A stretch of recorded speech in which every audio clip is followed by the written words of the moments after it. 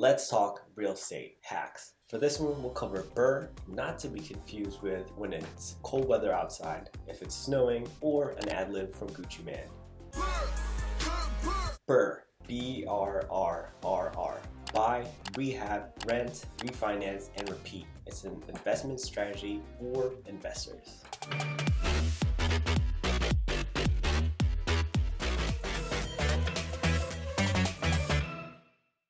What is up, Money Tribe? Mike Damazo here to help you make sense of dollars. Our mission is to help you get the F out of debt and then build wealth. For this video, we'll break down the Brrrr method, an example with numbers, and the pros and cons.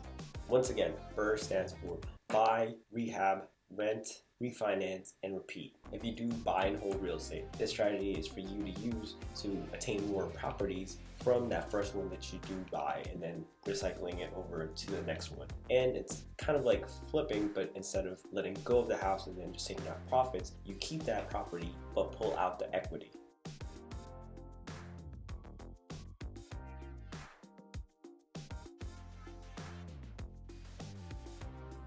Let's talk rule of thumbs with real estate. But before anything else, definitely put that thumbs up for this video, not just for the algorithm, but for you.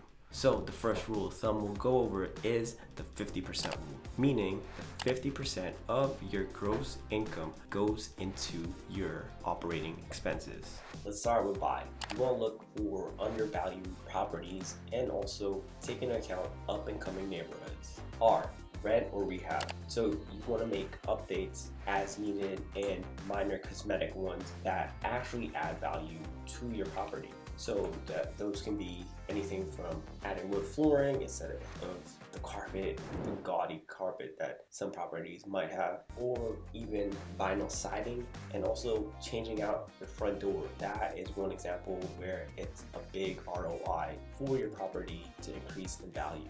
The second R is rent. So once you do purchase your property, you already rehabbed it if it needs it. Now the next part is renting out that property. This is something that you want to take into account with the 1%, 2% rule, where you are making money when you rent out that property. The next R is refinance. So usually with refinance, we think of refinancing for a better rate. Yes, but for this one, we're talking about refinancing to pull out equity to use that money into a future property. Then the last R is repeat. So you go back to step one, which is the buy, and then you do it again with the rehab, the rent, refinance, and then repeat. So that's the basic breakdown with Brrrr. What do you actually think of when you hear the words Brrrr? Let's take an example of a property that is in foreclosure at $150K. You purchase it, then do a minor rehab of adding in wood floors at $3,000. Now you rent it out at $1,500. Some time passes and it's suddenly a seller's market. Houses around you are selling like hotcakes. Let's say your house is now worth $225,000. So you refinance and pull out some of that equity, then repeat the process of purchasing your next property. Another rule of thumb is the 70% rule.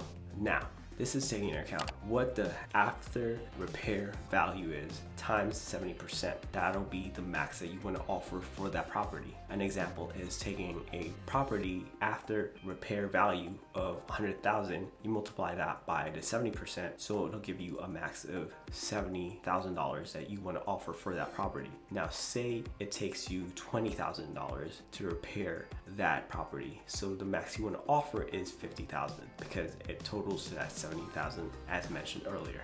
So do you want the good news or bad news first? Let's start with the pros and cons and go with the things to consider first. Renovation time. Now, some projects you may think it could take a few days, but it ends up going into 2 weeks. This is something to consider when you're trying to do your rehab. Speaking of rehab costs, the reason being is you may account for $5,000 only for whatever project you have going, but you run into some obstacles along the way and it could cost you to $10,000, just as an example. So that is something that you do want to consider and take into account when doing your rehab costs. Risk appraisal. Now, appraisal risk is always something to consider because you may think the after value repair is going to be X amount, but the appraisal comes in a bit lower. So those are some things to definitely consider. Some positives to consider is the potential to produce high returns. Now, this is a great way to build your rental portfolio by being able to take one property, taking the money out, moving it to the next property, and repeating it over and over until you meet your goal of 8 properties or 40 properties, whatever the case is. Equity building. So you want to keep track of the market and to see, like, are the houses around you selling, because then it's going to be better for you once you do get that appraisal. It'll show that you have more equity in your property. Having renters equipped with tenants, it helps show that you are generating cash flow from your renters.